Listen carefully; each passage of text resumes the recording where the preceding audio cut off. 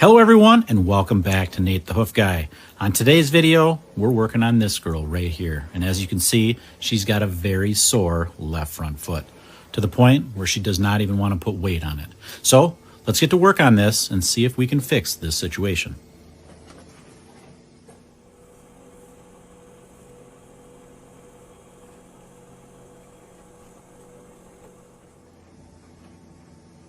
So at first glance, it appears like there's something lodged in the sole of this foot. So let's get started and see if I'm right.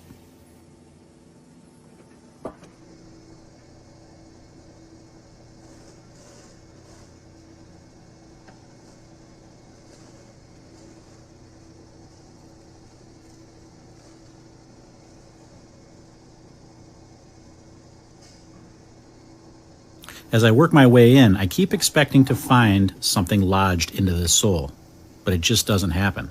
So let's keep trimming on this and get down all the way to that corium level and see if we can figure out what's going on here.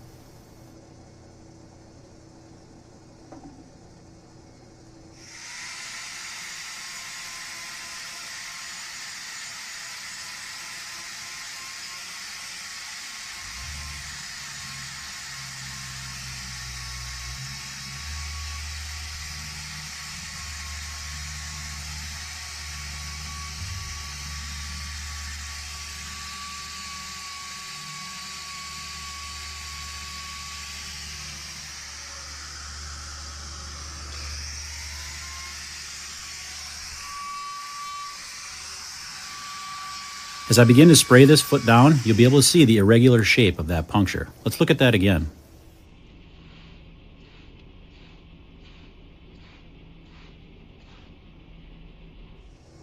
So what exactly is the significance of that? Well, it's just some of the little things that you have to pay attention to when you're working on a foot. Because as I start to pare this away, it's not going to be as evident that this was a puncture as I get started on that. So if you don't watch these things as you go, as you remove this hoof, you're removing the evidence, if you will, that we have some type of problem here.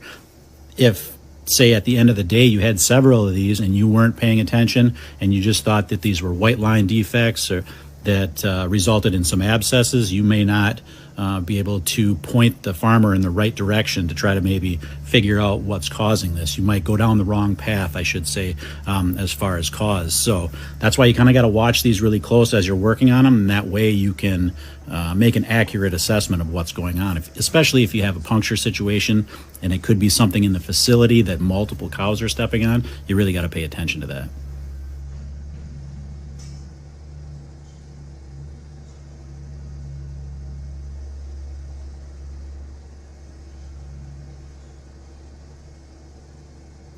Removing loose horn from around punctures can be kind of tricky sometimes because you don't have that clear, those clear margins of separation like you get with a normal white line lesion, just because of the nature of these punctures. But so as I'm working here, I'm kind of working along the edges. Like I said, there's a lot of live tissue right up along this, so you just got to kind of be careful. Make sure you expose. The key part of this is exposing the damaged corium, or the spot that was actually affected by that puncture. Get that cleared away, and then we can get this foot back on the path to healing.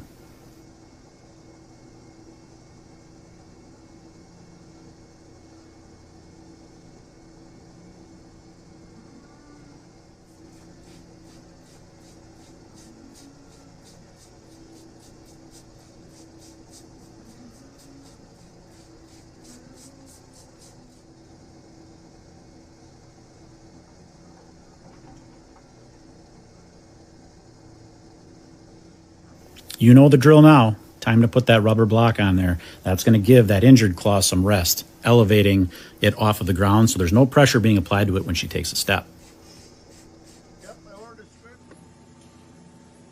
As we zoom in here, you can see what I was talking about of that live tissue up above there, where there's an arrow right there, that point. It looks like you really want to cut that out of there, but you can see why I didn't do that from if you're looking above and below, where I have removed some of that, a little bit too much. This is the area that I'm concerned with. There's that puncture that I was talking about, that lesion. That's what I want to get completely free of any loose horn, because that's the damaged corium that needs to heal. That little flap of skin, that's inconsequential. It's not going to cause any irritation. That'll just basically dehydrate right away from the foot. So now we're going to put some salicylic acid on that just to make sure that we don't get any infection from digital dermatitis on that lesion, so we can get it healed in one attempt. So let's get it down now and see how she feels with this block on.